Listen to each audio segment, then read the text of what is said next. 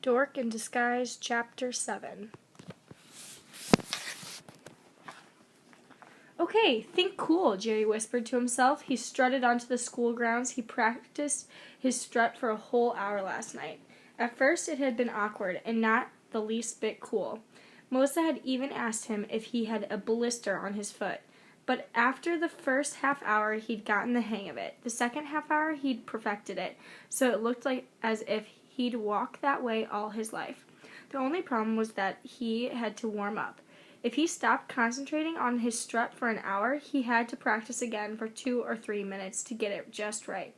So this morning, he warmed up in the upstairs hall in front of the mirror. He strutted down the stairs for breakfast, swaggered back up to brush his teeth, then used his new self-confident gait down the sidewalk to school. He was warmed up now, dressed again in his ripped jeans and ready to show everyone his stuff. On the school grounds, he saw Cinnamon standing in a small group, talking to Robin. She glanced over at him and then watched as he strutted across the grass. He could sense her eyes on him, as if her gaze had some tactile effect that he could feel right through his shirt. He spotted Craig Fox talking with Tony and swaggered over to them. "Hi," Jerry said to them. He glanced around. Cinnamon had disappeared. "Hey, Flack," Craig said. "I was just telling Tony that Gabe's sick today." "He is? What's wrong with him? Too bad Gabe wouldn't see his strut till later." Craig laughed. "He's not really sick, stupid. He's just not coming to school. He told me yesterday that he was going to fool around at the park. Maybe we should cut out too." Tony said, "Yeah, but he didn't seem too enthusiastic. If we were going," Craig said. "Let's go now before any of the teachers see us. You with us, Flack?" I don't know," Jerry said. He felt the panic rise in his chest. He wasn't about to play hooky with these guys, but how would he get out of it? "I figured you'd be the first to cut out, Flack," Craig said, looking disappointed. Jerry looked up to see a very blurry Miss Robertson slide up a classroom window on the second floor. He squinted and thought he saw her wave. He waved back. "Oh, too bad," he said, feeling relief wash over him. "Miss Robertson just saw me. I guess I'll have to cut some other day." Craig shrugged. "Okay, for you, Flack. I thought you were cool." "I have her too," Tony said. "I better stay." "Okay," Craig said. "I'm going to go find Gabe." He ran off and disappeared around the side of the school. Tony turned to Jerry. "Too bad," he said. "It could have been fun. See you, Flack." Jerry thought it might be his imagination, but Tony seemed a little bit relieved too. "Yeah, see you," Jerry said. Brenda appeared suddenly. "Craig and Gabe are such idiots," she said. Jerry looked at her, surprised. "Did you hear that?" "Yeah, I was standing right over there. You sure you want to be in with those guys?" "I don't want to cut school," Jerry said, "or hang out with Craig, who's a jerk. But I do want to be cool, and I want Cinnamon to notice me." Brenda rolled her eyes. "Why don't you try something simple?" "Like what?" "Like being nice to her. I know it sounds crazy, but it just might work." "Yeah," Jerry said. "I hadn't thought of that." "I think you're ready," Brenda said. "I noticed you got the strut down." Jerry grinned. "I perfected it last night. Cinnamon was watching me a few minutes ago."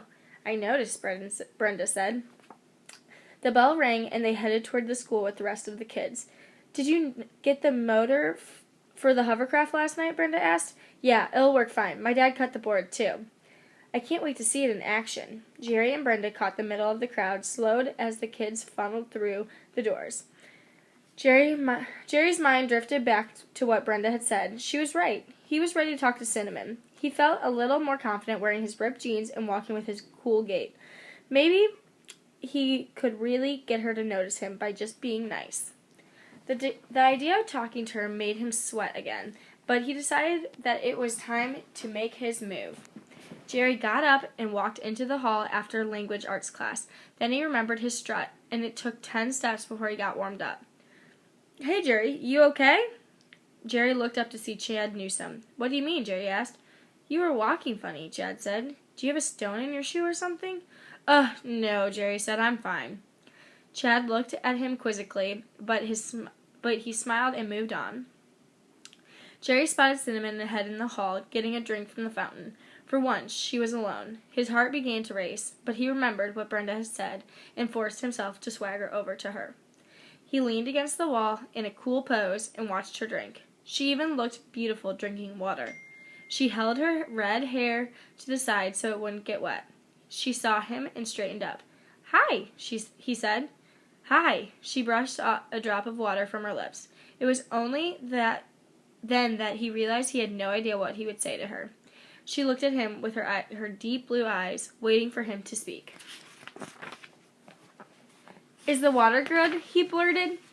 She laughed, assuming he was joking. "I'd like soda better." Jerry laughed too. "Soda in the water fountain? That's a great idea. Maybe you could patent it." Cinnamon laughed and looked at him with interest. "I hear you're great on rollerblades." "Oh, I wouldn't say that," he said. He thought he sounded very modest. "I'd like to see you skate sometime," she said. He shrugged. "Sure." "Have you gotten a band together here?" "A band?" "Yeah, you said you played in a band before you moved here?" "Oh," Jerry said. Yes, I did. You have a very good memory. What do you play?" His mind leaped back to some articles on rock music he'd studied over the summer. "Guitar. Lead guitar." Cinnamon smiled. "You must be good." "Oh, I wouldn't say that," he said again. "But our group was pretty good. We had a few gigs last year, and we were going to cut a CD, but then I had to move." No one listening would have any idea that Jerry had never held a guitar in his life. His research had really paid off. The lies were coming so easily, flowing effortlessly off his tongue. He was amazing himself. "What was the name of your band?" Cinnamon asked. "Midnight Sun." He'd thought of it so fast. "That's a good name. Do you write songs?" "We're mostly a cover band," he said, "but I wrote some of our songs. Our band won a competition with one of my compositions." "You wrote a song? What was it called?" His mind leaped again and landed on one of Melissa's favorite books. "Madeline." Cinnamon smiled and tilted her head. "Is Madeline your girlfriend?" He shrugged and put on a sad face. "It's over now." Cinnamon's smile widened. "Maybe you'll write a song for someone else." "Maybe." The bell rang, startling them both. The hall around them was empty. Jerry hadn't even noticed that kids had disappeared into classrooms. "Second period's already starting," Jerry said. Cinnamon squealed, and they both ran to Miss Robertson's room and flew in the door. The other kids giggled when he and Cinnamon returned together. There were even some oohs called out from the back. Jerry hardly noticed, though. His head was filled with thoughts of Cinnamon, beautiful Cinnamon, who had talked to him and smiled and asked him questions about himself. She seemed awfully impressed with him. He let himself fantasize that maybe she was changing her mind about who her goal would be this year.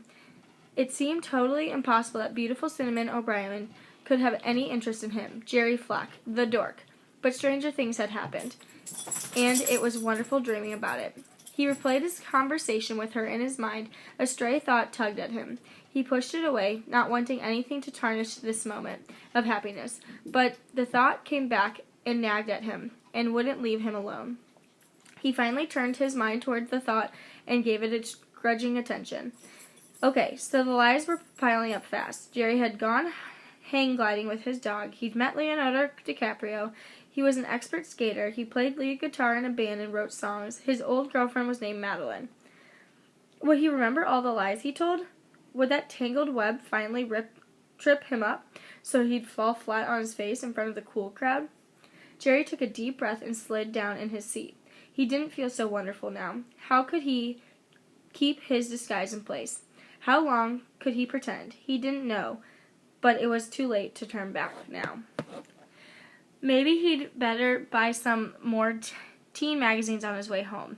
Maybe he just needed to study some more, and maybe he should just keep a list of the lies he told so he wouldn't forget. It sure was getting complicated.